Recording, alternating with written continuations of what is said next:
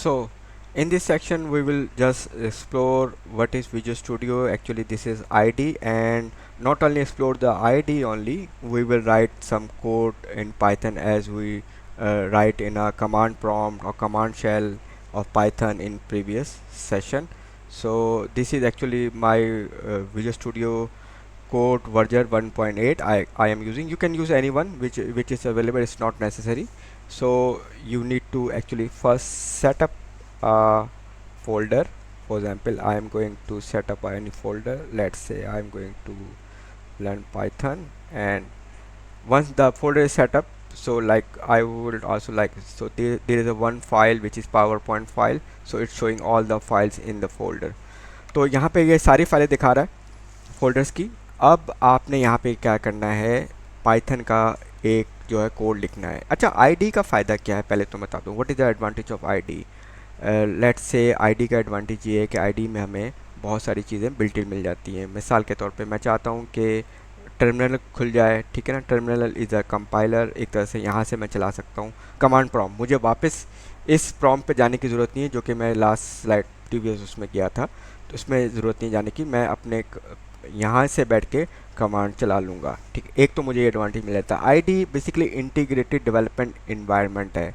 Integrated development environment mean we have all the necessary जो हमें चीज़ें होती हैं which is required while developing, हमें वो मिल जाती है। Like we have intelligence. Intelligence में आती है कि मैं अगर लिख रहा हूँ प्रिंट, तो ब्रैकेट लगाने नहीं लगा ले, वो खुद ही सिस्टम जो है हमें गाइड कर देता है। तो इस तरह की बहुत सारी चीज़ें मिल जाती हैं। तो let's get into the IDE to write some code. और अब मुझे पाइथन का जो कोड लिखना है, कोई भी नाम दे सकता हूँ मैं पाइथन के कोड में।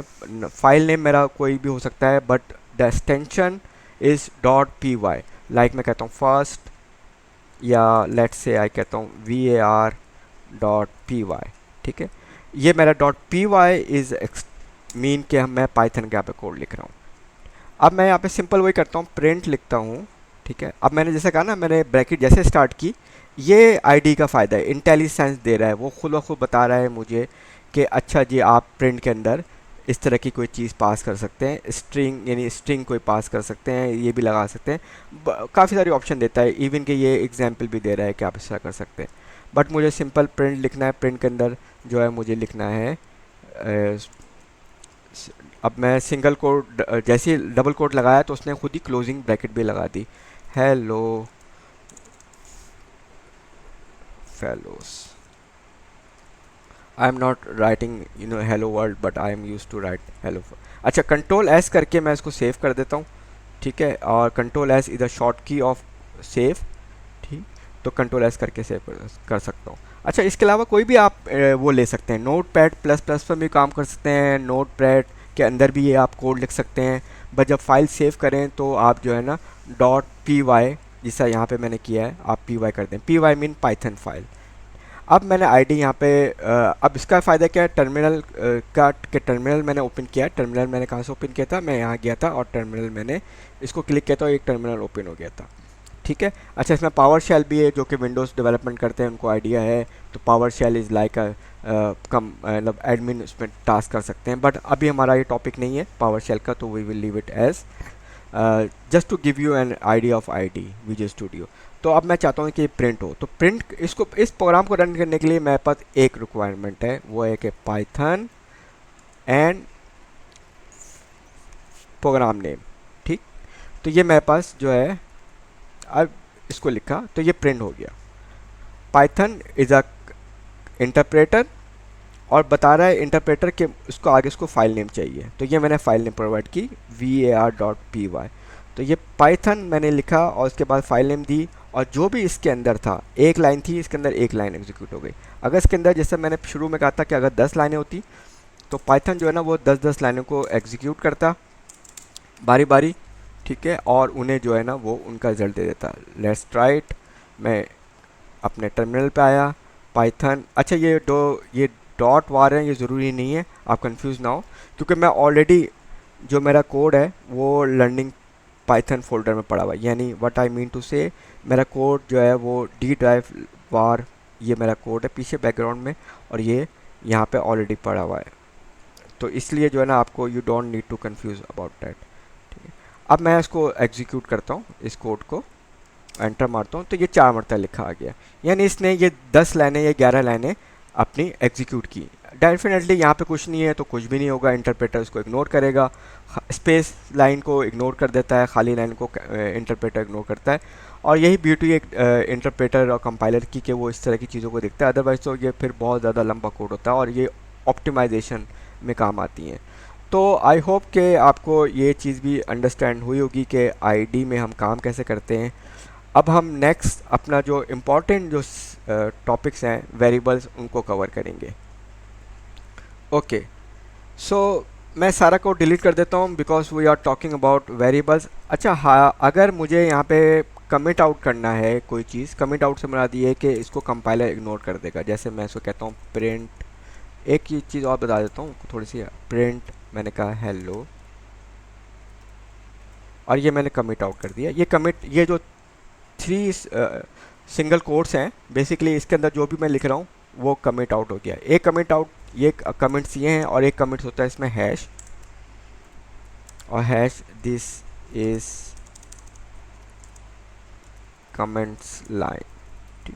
अब अगर मैं इसको कंपाइल करूं और सॉरी इंटरप्रेट करूं, पाइथन डॉट वार पाई को रन करूं तो कुछ भी नहीं आएगा। हालांकि मैंने प्रिंट कमांड लिखी हुई है और उसको चलना चाहिए, लेकिन अगर मैं प्रिंट कमांड, यही कमांड मैं बाहर लिख दूं इस कमेंट से और इसको चलाने की कोशिश करूं, विच is actually giving me error, वो इसलिए कि पी कैपिटल था, केस सेंसिटिव है, ये ख्याल रखिएगा इसमें फंक्शन। और इसको मैं चलाने की कोशिश करूं और यहाँ पे जाऊं तो ये मुझे हेलो प्रिंट कर दिया इसने, क्योंकि हेलो लिखा है। लेकिन अगर मैं इसको कमिट कर देता हूँ, सिंगल कमिट कर दूँ आइदर, तो ये ना मुझे एरर देगा और ना ही मुझे कुछ इसका आउटपुट देगा, क्योंकि ये इस कमिट जो है ना बेसिकली इंटरप्रेटर इस तरह की लाइंस को इग्नोर कर देता है। ये कहाँ काम आते हैं कमिट्स आपके, जहाँ पे आपने जो है ना, जिसे मैंने यहाँ पे लिखा डॉक्यूमेंटेशन करने काम आते हैं। कोड के अंदर अगर आपने कोई चीज़ लिखनी है जो कि आप चाहते हैं कमेंट्स हो, रिमार्क्स हो, डिस्क्रिप्शन हो, ताकि आपको पता चले, ये अच्छी प्रैक्टिस है। आप लोग ये शुरू से पकड़ लें कि आप जो भी कोड लिख रहे हैं उसके जो है ना कमेंट्स ज़रूर डालें, ताकि आप, एक तो फ़ायदा ये होगा कि if you see the code after a very quite a long time, तो आप कमेंट से उसको आइडेंटिफाई कर लेंगे कि क्या हो रहा है, क्या लॉजिक इम्प्लीमेंट हो रही है। सेकंड ये कि अगर if you transport your code किसी और को देते हैं तो वो भी समझ जाएगा। ठीक, तो ये आप इन चीज़ों का ख्याल रखिएगा। Now coming back to our main thing which is actually what are the variables. तो व्हाट आर दी वेरिएबल्स, तो मैं इससे क्या करता हूँ, वेरिएबल्स है क्या। वेरिएबल्स बेसिकली आपका जो है ना डेटा स्टोर करने के काम आते हैं। वेरिएबल टेम्परेरी भी होते हैं, वेरिएबल जो हैं वो बहुत तरह के होते हैं, ग्लोबल भी होते हैं। ग्लोबल से मुराद है कि जब तक आपका पाइथन का प्रोग्राम रन हो रहा है वो वेरिएबल की वैल्यू रिटर्न रहती है। वेरिएबल लोकल टाइप के भी होते हैं, मैं इसमें डिटेल में जाऊंगा, अभी सिर्फ आपको सिर्फ टर्म समझा रहा हूँ कि वेरिएबल जो हैं वो ग्लोबल होते हैं, वेरिएबल लोकल्स होते हैं। लोकल का मतलब है कि एक फंक्शन है उसके अंदर यूज़ हुआ और ख़त्म हो गया, वहीं पे ख़त्म हो गया, इसकी वैल्यू फ्री हो गई। वेरिएबल बेसिकली क्रिएट होते हैं कंप्यूटर की मेमोरी में, और ये वेरिएबल्स के लिए ज़रूरी है वेरिएबल्स के नाम और वेरिएबल्स की टाइप।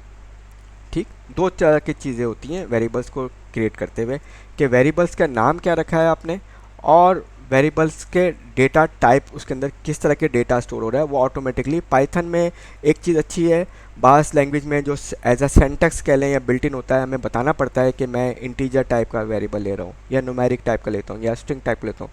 बट पाइथन में आपको नहीं करना पड़ता। पाइथन में आप जो है ना वो कंपाइलर इंटरप्रेटर जो है ना आपका खुद ही समझ जाता है वेरिएबल में जैसे आप डेटा प्रोवाइड करते हैं वैसा वैसा वो वेरिएबल को जो है ना उसकी टाइप डिफाइन कर देता है। अब यहाँ पे वेरिएबल का नाम पे पहले आता हूँ कि वेरिएबल नाम कैसे दे सकते हैं। आप माई वेरिएबल भी दे सकते हैं। ठीक है, वेरिएबल का ख्याल रखें, वेरिएबल जो है ना वो रिजर्व वर्ड नहीं होगा, एक तो ख्याल ही होगा। जैसे इफ़ एक रिजर्व वर्ड है, ठीक है, जैसे कि अब प्रिंट एक फंक्शन है। ठीक, आप कोशिश करेंगे इस तरह के वेरिएबल्स नाम ना लिखें जो फंक्शन बने हुए ऑलरेडी। ठीक है, और इसी तरह एल्स एक वो है, इस तरह के कुछ रिजर्व वर्ड होते हैं जो पाइथन के अंदर है। पाइथन के ये रिजर्व वर्ड है, इसको भी हम आगे देखेंगे रिजर्व वर्ड, इफ़ एल्स क्या होता है और ये क्या होता है। इस तरह की चीज़ों को आप वेरिएबल्स में यूज़ ना करें। उसके अलावा वेरिएबल आपका एक करैक्टर के भी हो सकता है। ठीक है, जैसे मैंने पहले दिया था x = 10 या a = 5, अच्छा, अब ये मैंने वेरिएबल दे दिया, ए और एक्स दो वेरिएबल बना दिए। अब एक्स में क्या वैल्यू आ रही है, 10, विच मीन मेरा जो वेरिएबल है एक्स का वो न्यूमेरिक वेरिएबल है, इसमें न्यूमेरिक वैल्यू आ रही है, राइट। ठीक है। अच्छा, अगर मैं इसमें 5.25 कर दूं तो ये मेरे पास फ्लोट टाइप की या रियल टाइप की या डेसिमल टाइप की वैल्यू हो गई। तो ये जो मेरा ए है इसकी टाइप बन गई डेसिमल, इसकी टाइप बन गई इंटीजर। और अगर मैं इसी तरह अल्फ़ा न्यूमेरिक कैरेक्टर कह दूँ, नेम फॉर एग्जाम्पल, नेम एक वेरिएबल दे दिया और मैंने कहा कि हे आई एम वाई टी, ठीक। तो इसमें जो है क्या वैल्यू आ रही है, हे आई एम वाई टी। तो ये स्ट्रिंग या टेक्स्ट इसमें वैल्यू आ रही है।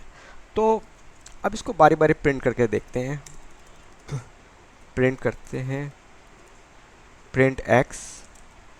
जब प्रिंट एक्स किया और मैं इसको कंट्रोल एस कर रहा हूँ, सेव कर रहा हूँ, ठीक है। यहाँ पे ये बता भी रहा है कि अभी आपकी सेविंग बाकी है, अनसेव फाइल है। जैसे ही मैं कंट्रोल एस करूँगा या सेव कंट्रोल एस करूँगा यहाँ से आके, तो ये सेव हो जाएगा और ये ख़त्म हो जाएगा। और अब मैं इसको, अगर ये बहुत ज़्यादा बढ़ गया तो CLS करके, CLS फॉर क्लियर स्क्रीन, जो कि डॉस की कमांड है या विंडोज़ की कमांड है। और यहाँ पे मैं वापस पाइथन वार्चा चलाता हूँ तो मेरे पास ये वैल्यू आ गई 10 की, ठीक, क्योंकि मैंने प्रिंट क्या किया था यहाँ पे x। अब अगर मैं प्रिंट करता हूँ यहाँ पे वेरिएबल में, क्योंकि ये x इज़ अ वेरिएबल, और a को प्रिंट करता हूँ और ये ब्रैकेट बंद करी और कंट्रोल एस किया, इसको दोबारा एग्जीक्यूट करता हूँ तो ये मेरे पास आ गए 5.25। और मैं एक कहता हूँ यहाँ पे एक काम और करता हूँ कि a प्लस एक्स, ठीक हो गया। तो क्या आनी चाहिए इसकी वैल्यू, अभी पता चल जाएगी हमारे पास 15.25। तो 15.25 वैल्यू आ गई। 10 वैल्यू थी ये प्रिंट एक्स की और 5.25 इसकी, तो ये दोनों जमा करके इसने जो है यहाँ पे मुझे ये 15.25 रिजल्ट दे दिया, ठीक। अच्छा, ये इंटीजर और डेसिमल आपस में ऐड अप हो जाते हैं, जमा हो जाते हैं। आपको पता है कि इफ़ समवन हैज़ अ $10 और समवन हैज़ अ 5 सेंट, तो it can be add, we can say 10.5 cent, $10.5, $10.5, we can vice versa, we can say like that. तो इसी तरह ये भी कुछ इसी तरह की चीज़ बन गई, ठीक है। लेकिन अगर मैं यहाँ पे कहूँ कि नेम को ऐड करना चाह रहा हूँ तो क्या होगा, देखते हैं क्या होता है। ये मुझे एरर दे दिया इसने कहा, इसने बताया ये कि unsupported operator type float and string, यानी आपको डेटा टाइप मैंने जैसे बताया ना कि ये इंटीजर है, ये फ्लोट है, डेसिमल भी कहते हैं, रियल भी कहते हैं, डिफरेंट लैंग्वेज में डिफरेंट नाम है। पाइथन में इसका नाम फ्लोट है, और ये स्ट्रिंग है, टेक्स्ट भी कहते हैं इसको, ठीक। तो ये कह रहा है ये दोनों आपस में बात नहीं कर सकते। इनफैक्ट अगर मैं जो है ना ये बात नहीं, अभी ये इसका एरर दे रहा है, अगर मैं इसको एक्स, सपोज इसको मैं एक्स कर देता तो क्या ये एरर ख़त्म हो जाता, क्योंकि ये तो कह रहा है फ्लोट का एरर है। तो इसको भी देख लेते हैं, इसको चलाते हैं दोबारा से, और ये अब इंटीजर का एरर दे रहा है क्योंकि ये मैंने कहा इंटीजर है। तो ये इस तरह के आपस में बात नहीं कर सकते जब तक मैं इसकी टाइप कन्वर्ट ना करूँ, या तो इसको मैं इंटीजर में कन्वर्ट कर दूँ या इसको भी कर दूँ, ठीक है। अच्छा, इसको करके देखते हैं क्या कहता है ये str स्ट्रिंग, क्योंकि str है ना, इससे कहते हैं टाइप कास्टिंग। जो मैं करने जा रहा हूँ टाइप कास्टिंग, यानी टाइप को अब मैं चेंज कर रहा हूँ डेलिबरेटली। इसको चेक करते हैं पहले, फिर मैं आपको एक्सप्लेन करता हूँ इसका कोड। तो ये चल गया 10, hey I am Y T T.